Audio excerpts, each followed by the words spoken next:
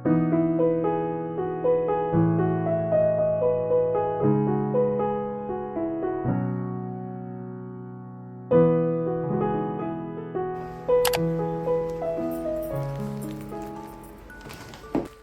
সকালে আমরা তো রয়েছি হায়দ্রাবাদের হোটেলে। সকাল সবেমাত্র বোধহয় এখন 6টা বাজে। তো বাঙ্কুর বাবা বাইরের দোকানটা থেকে চা কিনে আনলো, যেমন সুন্দর রং তেমন সুন্দর খেতে। এই যে আমাদের যাওয়ার জন্য ব্যাগ মোটামুটি রেডি, তো গোটা 3 মতন হয়েছে আর কি। তো আমরা স্নান টান করে রেডি হয়ে গেছি, এবার বেরোবো এখান থেকে। তারপরে যা যা করবো সেগুলো তো সবই এই ভিডিওতে দেখাবো।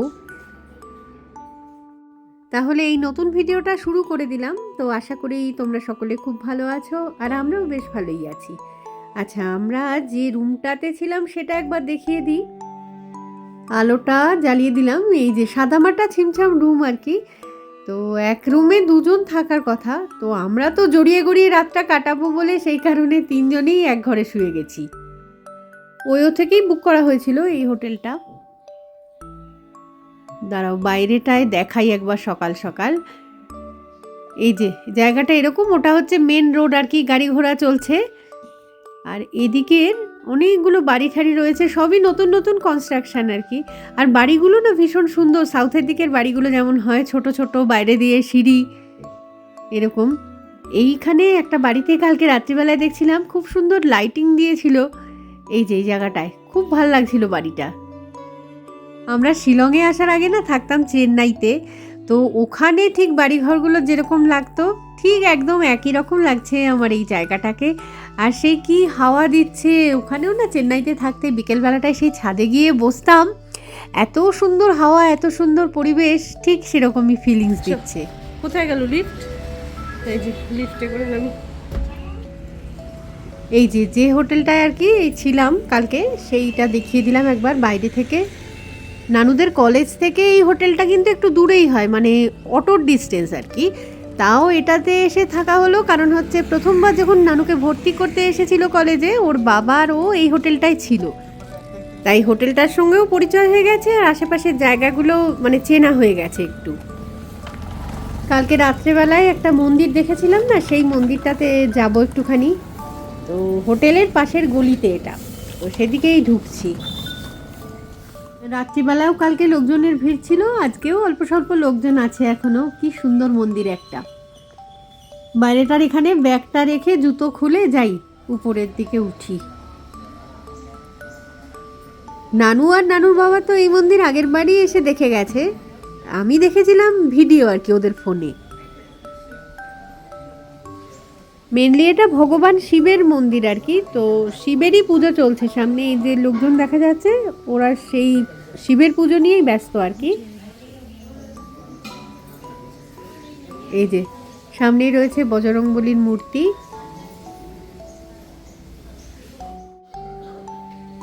আর এই দিকটায় রয়েছে রাম দরবার, মানে রাম লক্ষ্মণ সীতা, আর সামনে বজরংবলী বসে আছে আর কি সেই মূর্তিটা।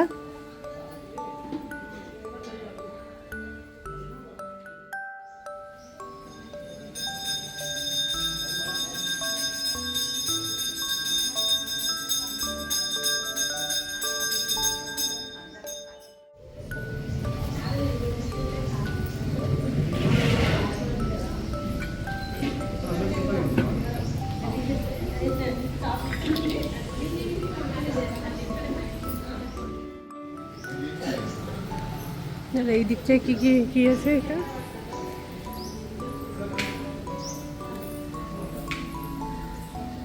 নবগ্রহ টেম্পল আছে আর কি সামনে, তো প্রদক্ষিণ করতে হয় সেটাকে।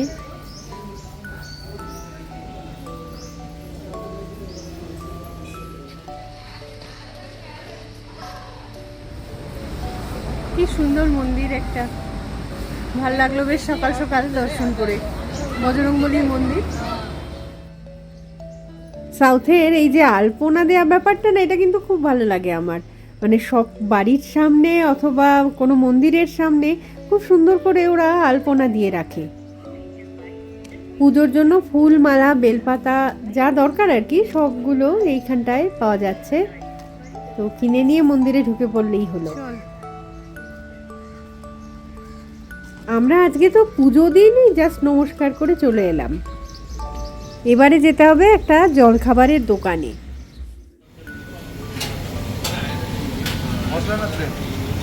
প্লেন দে।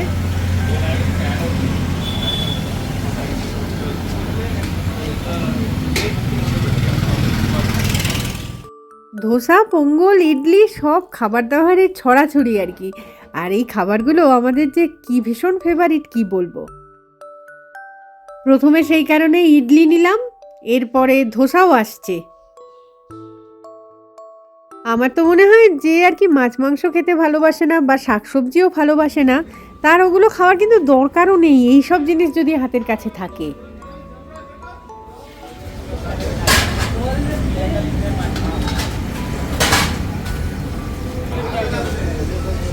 তুই তো মশলা ধোসা না রে,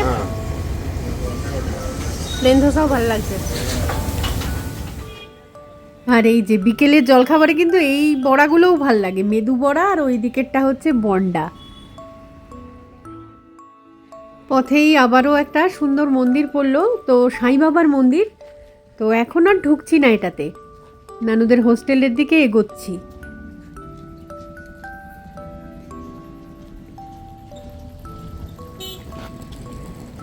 চলে এসেছি নানুদের হোস্টেলের একদমই কাছাকাছি।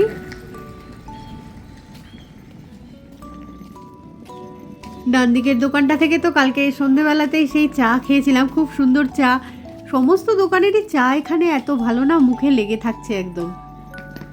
বহুদিন আমি দুধ চা ছেড়ে দিয়েছি, কিন্তু এখানে তো লাল চা পাচ্ছিও না, তার সাথে এই চাটাকে মিস করা ঠিক হবে না মনে হচ্ছে।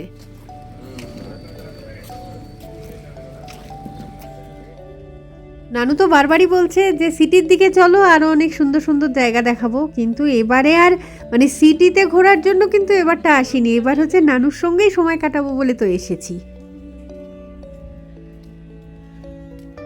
আমাদের সাথে আসলে যে এই যে লাগেজগুলো রয়েছে সেগুলোকে নানুর ঘরে রেখে দিয়ে আমরা আবার এক্ষুনি বেরিয়ে পড়বো। দেখি একটা কোনো শপিং মলে যাব ভাবছি, তো নানুর জন্য কিছু কেনাকাটা রয়েছে সেগুলো করব। তো যথারীতি বেরিয়ে পড়েছি তাড়াতাড়ি। তো এখানে দেখো কি সুন্দর গণেশ ঠাকুরের মূর্তি বিক্রি হচ্ছে। আমরা শপিং করতে যাচ্ছি আসলে ডিমার্টে, তো এই দোকান তো আমরা শিলংয়ে পাই না। এখানে দেখি যে নানু মাঝে মাঝেই যায়, তো গল্প শুনি, সে কারণে ভাবলাম আমরাও আজকে যাই। যেতে যেতে আরও একটা মন্দিরের দেখা পেলাম, তো ঢুকবো এবার সেটাতে। এটা হচ্ছে আয়াপ্পার মন্দির।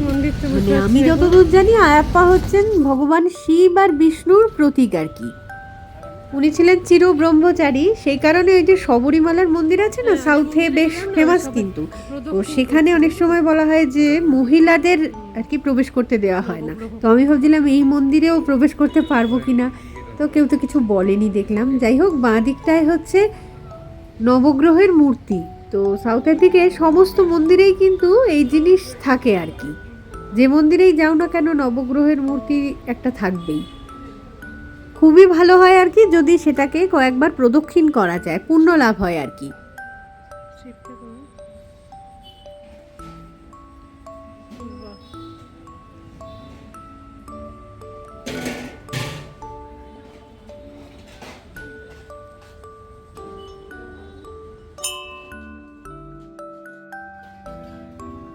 যাই দেখি এবার একটুখানি ওই সিঁড়ি দিয়ে মন্দিরের উপরটায় উঠি। তো যারা এই আয়াপ্পার পুজো করেন না, 40 না 41 দিনের একটা ব্রত থাকে তাদের আর কি, সবাই কিন্তু ওই জন্য এই যে কালো রঙের জামা কাপড় পরে আর কি ব্রতটা পালন করেন।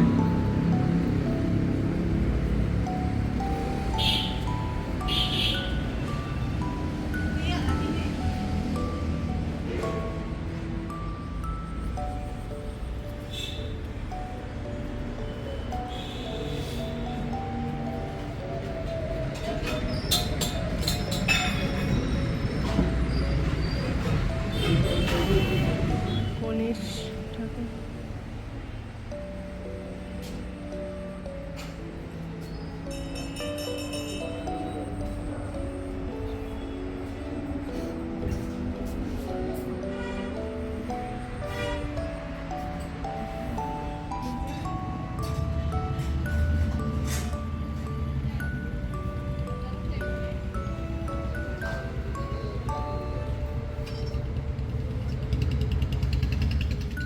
সিঁড়ি দিয়ে নিচে নেমে যাব এবারে। তো এই যে বলছিলাম না কালো জামা কাপড় পরে সবাই, তো ওরা কিছু ভোগের প্রসাদ বা কিছু একটা ব্যবস্থা করছে, আমার মনে হয় ওগুলোই ওনারাও খাবেন আর কি দিন শেষে। যারা এই ভিডিওটা দেখছো তারা যদি আয়াপ্পার পুজো সম্বন্ধে কিছু একটু জানো তাহলে একটু শেয়ার করতে পারো প্লিজ, খুব ভালো হবে, আমিও জানতে চাই আর কি।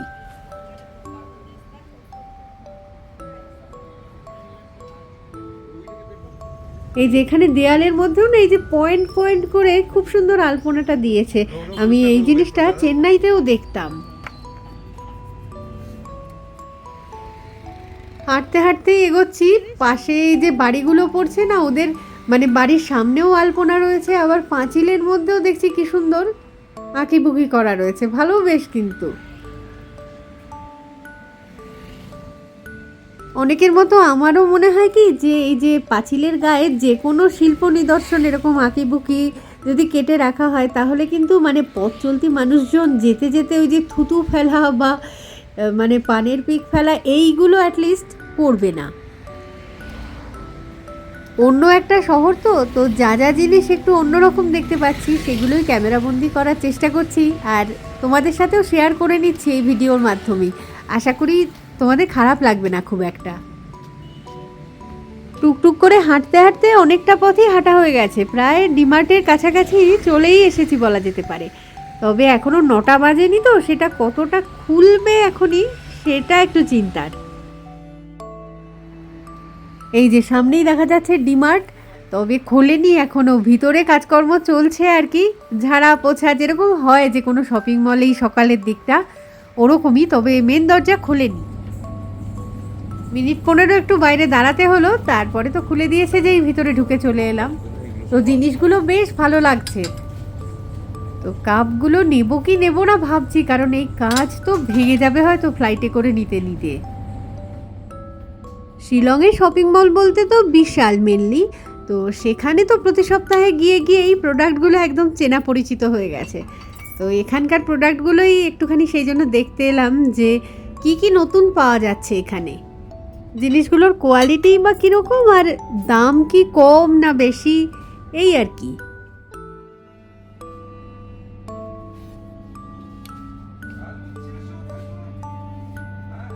এরকম জিনিসটা পুরো একটা সেট ধরে আছে আর কি, তাওয়া, তারপরে কড়াই, ছোট সসপ্যান টাইপের চা বসানোর আর কি। তবে ইন্ডাকশানে বসানোর হলে বেটার হতো আমার পক্ষে। এই কালারটাই ভালো। 100 টাকা। যাচ্ছি যাবো। এখানে কাপ, এই কাপগুলো কত করে বলছে? 21 টাকা। ওগুলো 30 টাকা বলে। 21 টাকা অনলি। 21 টাকাটা নিচেরটা বলে। মানু কফি মেক এগুলোর নাম। নিতে তো ইচ্ছে করছে কিন্তু এগুলো 21 টাকা বয়ে নিয়ে যাওয়াটা মুশকিল, ভেঙে যাবে, বেকার শখ করে কিনে যদি ভেঙে যায় কিরকম লাগবে। এটাও কাঁচের কৌটো, এটা 69 টাকা, কি ভালো লাগছে দেখতে, নেওয়া যাবে না। কি সুন্দর একদম ছোট্ট লুচি ভাজার কড়াই। ছোট ছোট কড়াই। ডিমার্টের দাম আসলে বোধহয় একটুখানি কমই হয় অন্যান্য জায়গা থেকে, কারণ হচ্ছে এরা হোলসেল রেটে আর কি জিনিস বিক্রি করে। বাহ কি সুন্দর পেতলের জিনিস, তেলের জিনিস। মোমবাতি, ধূপদানি, ঘন্টা, যদিও গিয়ে থালা আছে ছোট ছোট কত কিছু, বাপরে সুন্দর একদম। কিছু বলবে না লোকে। আমি এখন জিনিস তুলে তুলে ঘুরে ঘুরে দেখলে এরা বলছে যে নাকি আমি সময় বেশি নিয়ে নিচ্ছি, তো তাগাদা দিচ্ছে, দাঁড়াতে দিচ্ছে না। তাহলেও ইচ্ছে আছে একটা ধূপদানি বা মোমবাতি ওইগুলো কিনবো ঠিক। সুন্দর কতগুলো মূর্তিও আছে, গণেশ ঠাকুরের মূর্তি, তারপরে এই যে এই মূর্তিটাও ভালো লাগছে। এটা মূর্তি ঠিক নয় আর কি, কি বলবো এটাকে, ফেংশুই আইটেম একটা। তো 200 টাকা করে দেখলাম। আর এই নিচের তাকের জিনিসগুলো এত সুন্দর দেখতে, এগুলো বোধহয় ড্রাই ফ্রুটস রাখে এর মধ্যে, এরকমই হবে হয়তো। 200 টাকা করে দেখছি, মানে 199। ঢাকনাটা খুললে আর কি 4টে মতন খাপ থাকছে দেখলাম, এই যে এরকমই দেখতে। আরেকটা জিনিস দেখলাম, সেটা হচ্ছে উপরে ঠাকুর বসানো যেতে পারে, পিঁড়ি টাইপের, ভিতরে কিন্তু কোনো খাপ নেই। কত কত জিনিস, মানে মনে হচ্ছে সারাদিন এখানে দাঁড়িয়ে দাঁড়িয়ে দেখি শুধু। উপরের তলাটাই হচ্ছে জামা কাপড়ের সেকশন। তো নানু তো মাঝে মাঝেই আসে এখান থেকে টুকটাক কিছু না কিছু শপিং করে। তো নানু একটা জামা পরে ভিডিও কলে দেখিয়েছে, সেটা বাঙ্কুর খুব পছন্দ হয়েছে। তো বাঙ্কু সেটা কিনে নিয়ে যেতে বলেছে আমাদের। তো নানুই সেটা পছন্দ করে দিচ্ছে। তো একটা করে টুপি লাগানো থাকে এগুলোর, হাত কাটা জামা কিন্তু টুপি দেওয়া। খুব সুন্দর জিনিসটা, গরমের মধ্যে মানে পরতে খুব আরাম। একটা কালার তো নেয়াই হয়েছে, আরেকটা কালারও বলছে নিয়ে নাও, সুন্দর কালারগুলো লাগছে।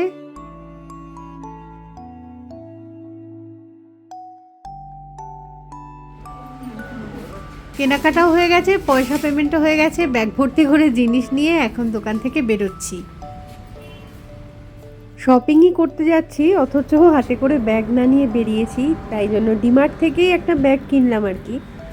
29 টাকা দিয়ে একটা ব্যাগ কিনে তার মধ্যে সব জিনিসগুলো পুরে নিয়েছি। তো কি কি কিনেছি সেগুলো পরে না হয় হোস্টেলে ফিরে দেখাচ্ছি, আপাতত গাড়ি ধরতে হবে। এই সিটিতে ওলা উবেরের অটো সার্ভিসও রয়েছে। তো নানু উবেরের অটো বুক করলো। 1 মাস তো বাড়ি ছাড়া, 1 মাসের মধ্যে কিন্তু অনেক কিছুই টুকটুক করে শিখে গেছে দেখছি। আর ওদিকে অটো তো প্রায় চলে এসেছে, হোস্টেল অবধি নিয়ে যেতে এই অটো 45 টাকা ভাড়া নেবে।